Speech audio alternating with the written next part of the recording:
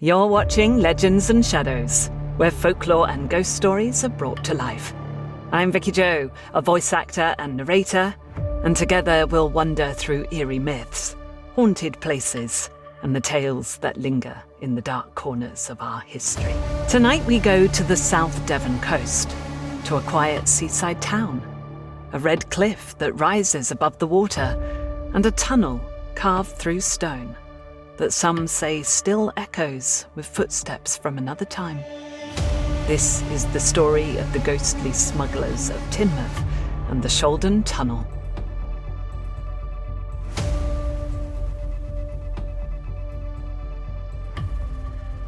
Teignmouth is easy to love.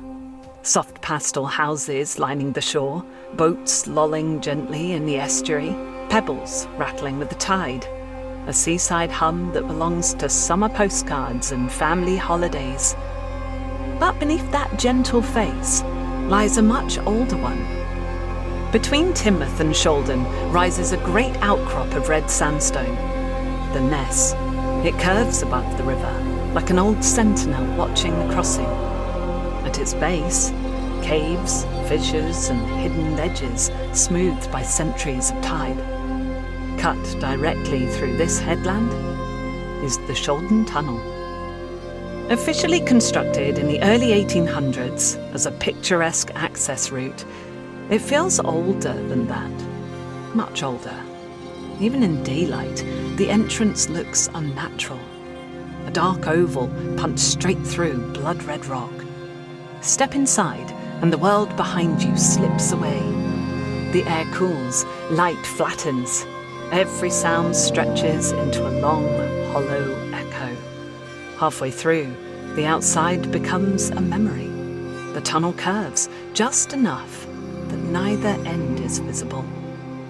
Tourists laugh their way through it in summer, dogs pulling on leads, children racing their echoes. But locals know what settles there after sundown, how the atmosphere changes at dusk, how the space starts to feel occupied. Because the tunnel might be Victorian in design, but the smugglers' routes it replaced were not. Historians agree this coastline was riddled with smuggling activity through the 1700s and early 1800s. Not just Teignmouth, but Shaldon, Maidencombe, Hope's Nose, Beer, Branscombe.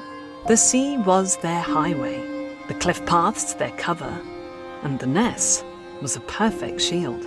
At night, boats would creep in beneath the headland. Sails down, the oars wrapped in cloth to muffle sound. Men on the cliff above stood with lanterns hidden under coats. At the right moment, the light would show for a heartbeat, just long enough for the boats offshore to turn and row in hard. Barrels, or tubs, were hauled onto the shingle. Rolls of silk, chests of tea, bales of tobacco. Then the real work began, hauling everything inland. Some goods were taken over the rocks to paths leading toward farms. Others were hidden in caves under the cliff. Some even made their way through tunnels, rumoured to run beneath cottages in Shaldon. The trade was dangerous. Revenue men were ruthless. Smugglers, even more so. Falls from cliffs were common. Sometimes accidents, sometimes not. Those who vanished into the water were seldom recovered. It's no wonder the stories say the dead linger. Walk the Shaldon Tunnel alone at dusk, and you'll understand why people whisper about it. As the last of the daylight fades, the stone changes. The red walls turn deeper, almost bruised. Cold gathers in the curve of the passage like pooled water. You hear your footsteps, but they sound too loud, too sharp. The silence isn't empty. It feels aware, as though the tunnel remembers the men who once walked through the headland with barrels balanced on bent backs, breath steaming in the night. Some people feel a pressure behind them, as though someone is walking the same route a few steps back. Others say the tunnel smells different after dark. Tar, tobacco, the faint sweetness of spilled spirits. Sometimes a faint draught touches your neck, in a place with no wind. Halfway along the tunnel, the air feels crowded, not like someone watching, more like several unseen presences passing through the same confined space. The smugglers' shadows don't stay inside the stone. Out on the estuary at night, people have reported seeing a lone light drifting beneath the Ness. Not the bright beam of a modern torch, something softer, lower, a small lantern bobbing as though carried by a hand. It moves slowly along the base of the cliff, following the old landing route smugglers used, and then disappears. The water stays still. No boat breaks the surface. The light simply goes out, swallowed by the dark. Fishermen working the night tides see it more than anyone. Sometimes sound carries across the water. The faint slosh of something heavy being rolled, the muted thud of wood on stone, as if barrels are being lifted from a boat no one sees. Walkers on the opposite bank have heard footsteps. Then silence. And along this stretch of water, there's another legend. The phantom boat. On mist-thick nights, a small vessel is said to drift up the estuary.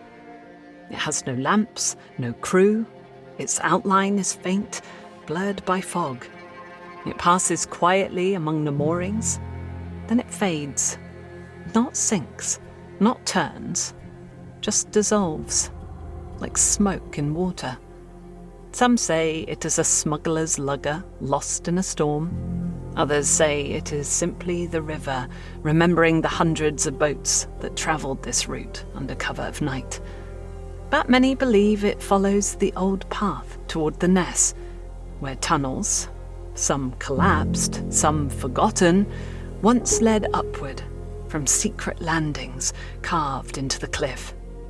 Stand on Teignmouth's Den during a winter storm and look across the river to the Ness. Lightning flashes. The cliff glows for a heartbeat.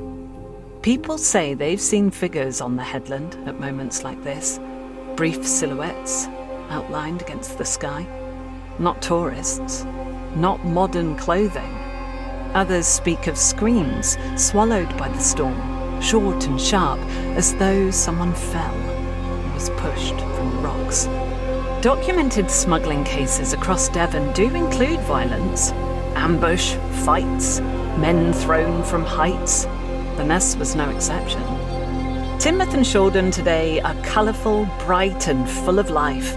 Artists painting the estuary, families eating chips on the sea wall, fishermen repairing nets on Back Beach, and ferries humming between the two banks. But some places absorb the weight of what happened there. The tunnel beneath the Ness is one of them. It doesn't boast about its past. It doesn't try to frighten you.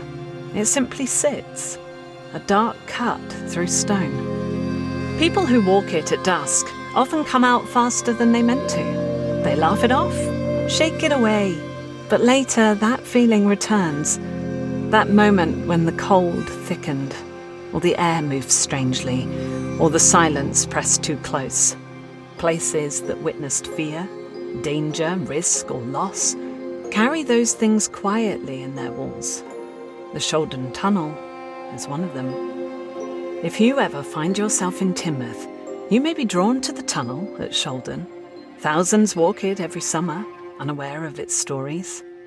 By day, it's nothing unusual. But go when dusk begins to soften, when the river darkens, when the last dog walker has passed back toward the village. Step inside, feel the drop in temperature. Listen to the echo of your own footsteps. Walk the curve, where the light behind you fades, and the light ahead seems too far away.